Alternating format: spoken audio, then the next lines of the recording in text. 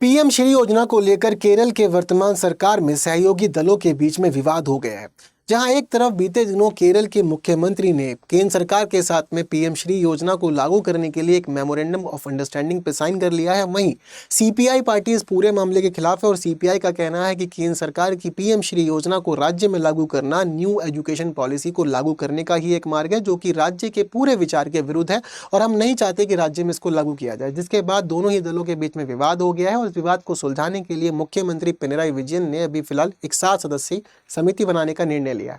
लेकिन एक देखने वाली बात यह है कि जो पीएम श्री योजना है इसका विरोध खासतौर पे नॉन बीजेपी स्टेट्स में किया जा रहा है और पीएम श्री योजना को वर्ष 2022 में केंद्र सरकार के द्वारा लॉन्च किया गया था और इस योजना में ये निर्धारित किया गया है कि 14,500 विद्यालयों को मॉडल स्कूल के रूप में विकसित करने का कार्य किया जाएगा और ये पूरा का पूरा काम न्यू एजुकेशन पॉलिसी के तहत किया जाएगा। हालांकि इस पूरे के पूरे कार्यक्रम में सामान्य राज्यों की स्थिति में केंद्र सरकार और राज्य दोनों के पास ही आवंटन को साझा करने का यानी कि पूरे खर्च को साझा करने का मामला रहेगा। यहाँ पर केंद्र सरकार 60% और 40% स्टेट कॉस्ट को संभालेंगी। वहीं अगर विशेष राज्य जैसे कि जम्मू कश्मीर, उत्तराखंड, हिमाचल या फिर पूर्वोत्तर की स्थिति है तो 90% कॉस्ट केंद्र सरकार देगी और 10% की कॉस्ट स्टेट को देनी होगी। और केंद्र शासित प्रदेश जहाँ पर विधानमंडल नहीं है वहाँ पर